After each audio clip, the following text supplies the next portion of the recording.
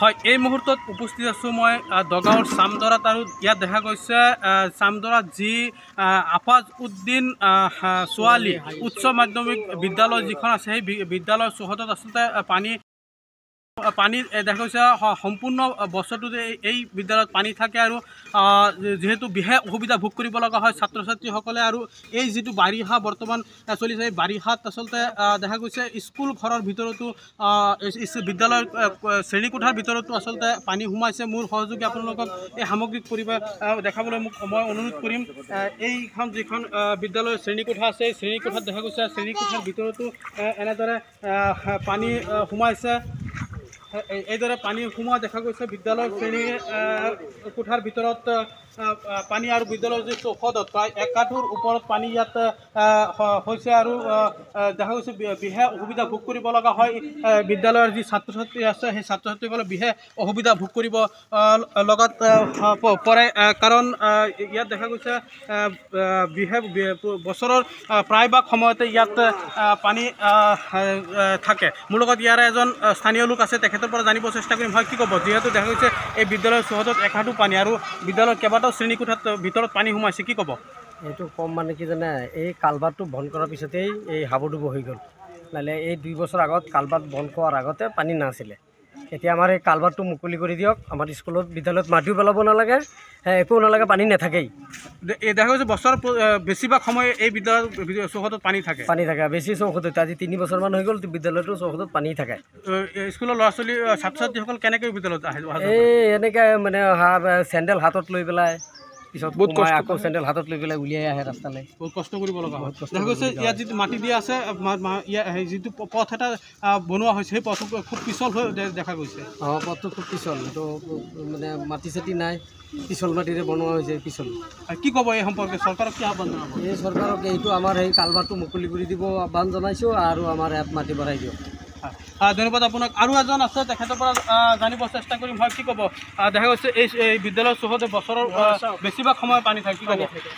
মই আপোনালোকৰ ইলেক্ট্ৰনিক মাধ্যম মিডিয়াৰ যোগেদি মই এটা আহ্বান জনাব বিচাৰিছোঁ চৰকাৰক। যিহেতু আজি আমাৰ তাত এখন কালভাৰ আছে তাৰিঙত আৰু এখন কালভাৰ আছে তাত, এই 2খন কালভাৰ যদি মুকলি কৰি দিয়া যায় তেতিয়াহ'লে ইয়াৰ মানুহখিনি বা অথচ এই স্কুলৰ ছাত্ৰ ছাত্ৰী শিক্ষকসকল যিসকল আছে মানে সিহঁতে পানীৰ কাৰণে জ্বলা কলা খাব নালাগে। আৰু 1 নম্বৰ কথা হ'ল ইয়াতে মাটিও অলপ দিব লাগিব। কেৱল মানে কালভাৰ মুকলি কৰিলেই নহ'ব, ইয়াত মাটিও দিব লাগিব। মাটিৰ কাৰণে কেইবাবাৰো স্কিম আহিছে, এতিয়া সিহঁতে কি কৰিছে নকৰিছে আমি একো ক'ব নোৱাৰোঁ। কিন্তু আমি এতিয়া সুধোঁ তেতিয়াহ'লে না সিহঁতে ইউটিলাইজ কৰিছে। যেতিয়া ইউটিলাইজ কৰোঁতে এই অৱস্থা কৰিছে। এতিয়া আপোনালোকৰ ইলেক্ট্ৰনিক মাধ্যমৰ যোগেদি মই এইটোৱে জনাব বিচাৰোঁ, চৰকাৰক আহ্বান জনাওঁ যাতে চৰকাৰে অতি সোনকালে আমাৰ 2টা কালভাৰটা মুকলি কৰি দি এই ৰাইজৰ যিটো মানে জ্বলা কলা খাই আছে পানীৰ পৰা, তাৰ পৰা যাতে পৰিত্ৰাণ দিয়ে। আৰু চাওক, এই ইয়াত চাওক স্কুলৰ চাওক আৰু এটা কথা আছে, মই ইলেক্ট্ৰনিক মাধ্যমৰ যোগেদি জনাই আছোঁ যে ইয়াত 3টা স্কুল একেলগ কৰা হৈছে। ইয়াত 3টা স্কুলত প্ৰায় ল'ৰা ছোৱালী আছে 500 বা 600 মান ল'ৰা ছোৱালী আছে, শিক্ষক আছে মাত্ৰ 8জন। গতিকে আপোনালোকৰ জৰিয়তে মই এইটো আহ্বান জনাব বিচাৰোঁ, অতি শীঘ্ৰে যাতে আমাৰ এইখন বিদ্যালয়ত পৰিপূৰ্ণ শিক্ষক দি যাতে স্কুলখনে পৰিপূৰ্ণভাৱে সুচাৰুৰূপে চলাই নিয়ে। হয়, ধন্যবাদ আপোনাক। আচলতে দেখা হৈছে ইয়াৰ ৰাইজে আমাক জনোৱা মতে যিহেতু ইয়াত এটা কালভাৰ্ট আছিলে, সেই কালভাৰ্টটো বন্ধ কৰি দিয়াৰ ফলত যিহেতু পানী ওলাই যাব নোৱাৰে আৰু যাৰ বাবে দেখা গৈছে এই বিদ্যালয়খনত পানী সোমোৱা দেখা যায়। সাধাৰণতে বৰষুণতে এই বিদ্যালয়ৰ চৌহদত 1 কাঠুৰ ওপৰত পানী হয়, যাৰ বাবে বিশেষকৈ বিদ্যালয়ৰ ছাত্ৰ ছাত্ৰীসকল বিদ্যালয়ত উপস্থিত হ'ব বিশেষ অসুবিধা ভোগ বিদ্যালয়ত সোমাবৰ কাৰণে বিশেষ অসুবিধা ভোগ কৰিব লগা হয়। আৰু দেখা গৈছে প্ৰায় 3টাকৈ শ্ৰেণীকোঠাৰ ভিতৰত এতিয়া বৰ্তমান 3টাকৈ শ্ৰেণীকোঠাৰ ভিতৰত পানী সোমাইছে, যি আচলতে এই বৰষুণৰ সময়ত যি পানী আছে এই পানী সোমাই আচলতে সেই 3টা শ্ৰেণীকোঠা আচলতে বন্ধ কৰি ৰাখিব লগা হৈছে। পাঠদানৰ পৰা বিৰত আছে সেই 3টা শ্ৰেণীকোঠাত আৰু বেলেগ শ্ৰেণীকোঠাতহে আচলতে পাঠদান কৰিব লগা অৱস্থাৰ সৃষ্টি হৈছে।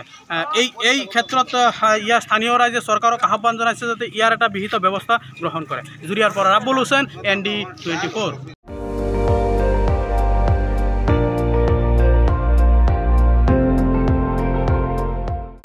আপুনি চাই আছে ND24, সৰ্বশ্ৰেষ্ঠ নহয় সৰ্বোত্তমৰ দৌৰত।